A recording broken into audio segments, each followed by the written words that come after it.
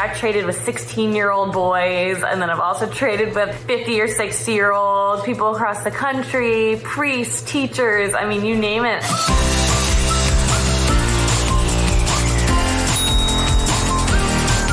I just looked around my own house and said, what is the smallest thing and then what is the largest? So the idea was the bobby pin for the house. My very first trade, I really did just post all over Facebook in different groups. One woman finally replied and said, great, I have a pair of earrings that I got for my birthday. I haven't worn them. I haven't taken them out of the packaging. I just don't want to wear them. And so she traded me my very first trade. I shipped the bobby pin, I got the earrings, and I found a woman who had 4 margarita glasses. Really, there are only 2 basic rules.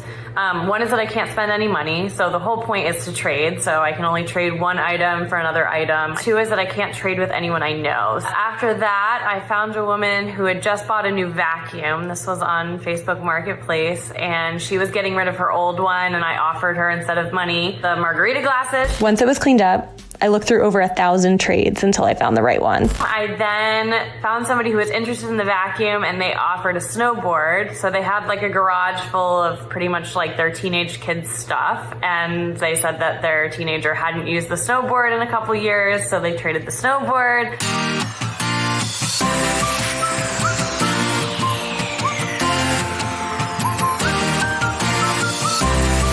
I went a little bit into electronics, so I had an Apple TV and some Bose headphones. Little note, Canon camera, battery grip, video light. And then I had someone offer me sneakers, and it was interesting because I knew nothing about sneakers, but then there's also a lot of counterfeit and fraud associated with sneakers, so I was pretty nervous. I was really trapped for a long time with sneakers because, of course, anybody who wants sneakers, they just have more sneakers to trade. So at a certain point, I was I don't want everything just to be shoes for shoes for shoes. So finally traded for an iPhone. From then, that's how I got into the cars. So that first iPhone for the red minivan, which was honestly so crazy because that was the first time where somebody really wanted to trade because they had found me through social media. She and her husband drove across the country with 2 minivans, the new one they had and the old one they were trading. It was just mind-blowing. And that trade ended up being a little bit tough just because by the time it got there, the car pretty much had its last leg.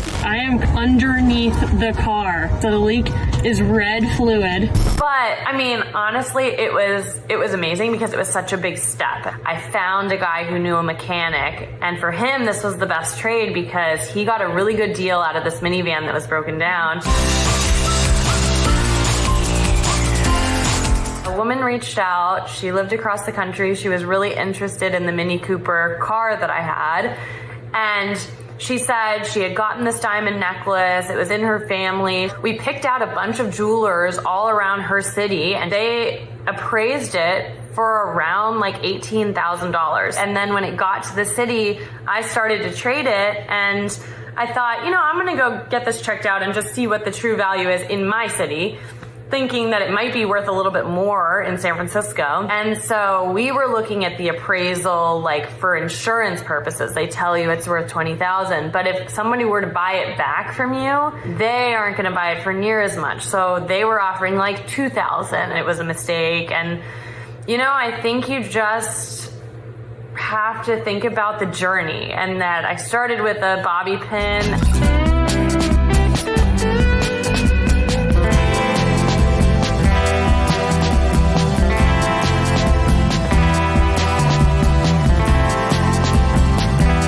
During quarantine, I was watching a lot of YouTube and came upon his video and was so inspired and quickly Googled, realized no one else had done it. And so I thought, okay, I'm gonna put my spin on it. The trading to me feels special because it feels like maybe with a little bit of craziness in your head and willingness to do this, you can also make it happen. And I feel like, especially on TikTok, resonates with people because everyone is looking around their own house and saying oh, I could do this. Or oh, this feels so positive that there's so many people that are willing to trade. And it's just almost the exact opposite of what it feels like right now in the real world. One of the best things is to see everybody who started to do it. So if you type in Trade Me project into TikTok or YouTube or Google, there's hundreds of people doing this now, which I think is the most special part. So some people are trading college tuition, some people are trading for a car or a laptop or their first phone. And I think that part is amazing too, that it's like everyone's setting up to have their own, item that they think is special. And yeah, I've loved watching other people's journeys, sometimes even more than my own. A question I get all the time is, what's the time frame? And I don't really know. I'm just going to keep on, and as long as it takes, I'm ready to put in the time. And there's nothing in my way except myself now.